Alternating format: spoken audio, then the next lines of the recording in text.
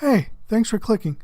This is Rocky here with my top moments from episode 19 of Agents of S.H.I.E.L.D. This was definitely a very entertaining episode, and it is our connection and our link to Age of Ultron, so let's go and jump into those top moments. Number 6, Gonzales is still a dick. So even after all that Skye did to help S.H.I.E.L.D., Gonzales still plans on keeping her and Lincoln prisoner. That is so not going to end well for him. Aside from the fact that Bobbie is really starting to open her eyes to him, Skye could tear the whole place apart, unless they have some way of nullifying her powers, but they have no idea what Lincoln can do. Number 5, Agent Coulson.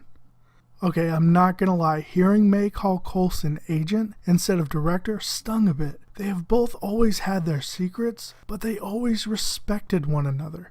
May came across as a hurt child and it just seemed out of character. She is risking everything because Coulson met with her ex and didn't tell her about it. Something seems off here, as there has to be more to it, or they've made some serious changes to her character. She's always been able to separate mission from emotion and everything, so I'm not sure exactly what they're trying to do with her character here, but it just doesn't seem like May. Number 4, Simmons on the attack.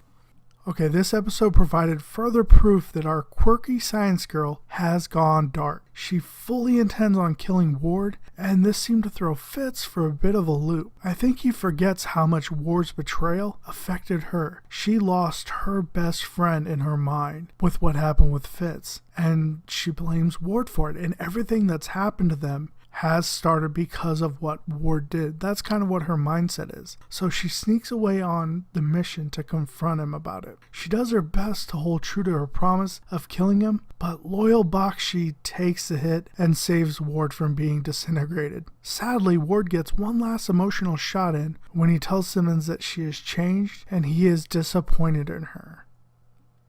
Number 3, Team Coulson reunited. Sort of.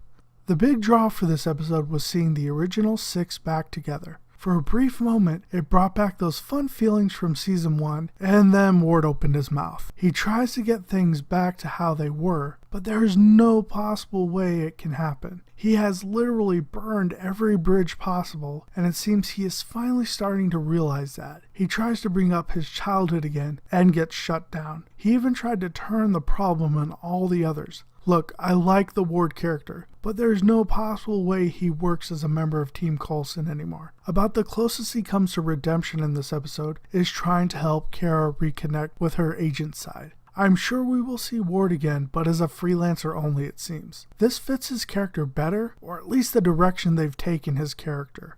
Still, it was worth it to see them all in the mission prep room together again. It was pretty poetic to have the bus destroyed, as it solidifies that the team will never be the same again.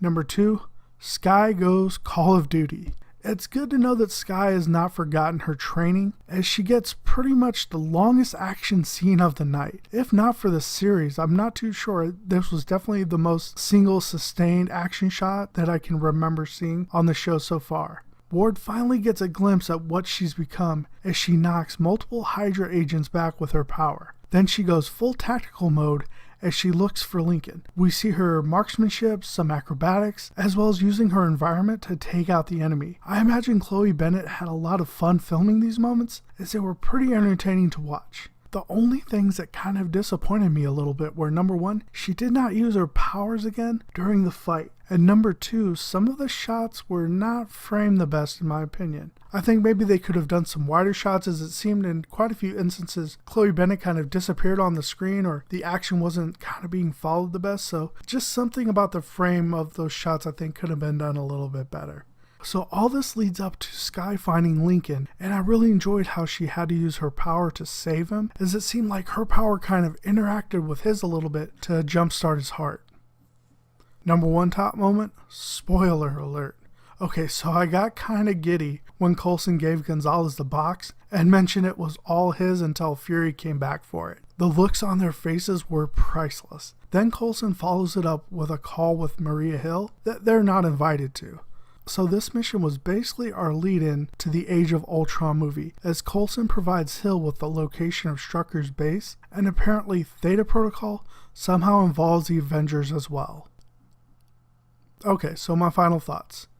I have to say that this episode delivered as promised, as we got to see the original team back together once again. We get some pretty entertaining action moments with Skye. Aside from the Coulson connection to Age of Ultron, we also got Reyna's vision towards the end. It seems that whatever happens in Age of Ultron will affect everyone, including the people of Afterlife. Looks like next week we're going to deal with the fallout from Gonzales' actions, as well as whatever occurs in Age of Ultron. On a side note, based on what Liz said about alien DNA, I'm wondering if Quicksilver and Scarlet Witch are actually going to turn out to be Inhumans, as it seems that Loki's staff might not have been responsible for their powers as we all originally thought. Now in the comics, they've already revealed that Quicksilver is an Inhuman, which if Scarlet Witch is his sister, just natural assumption is that she's going to be an Inhuman as well. So yeah, those are my top moments of this episode. Go and let me know down in the comments below what your top moments were. And if you have any questions about anything in the episode, go and put those down in the comments below, and I'll be more than happy to go over that information with you.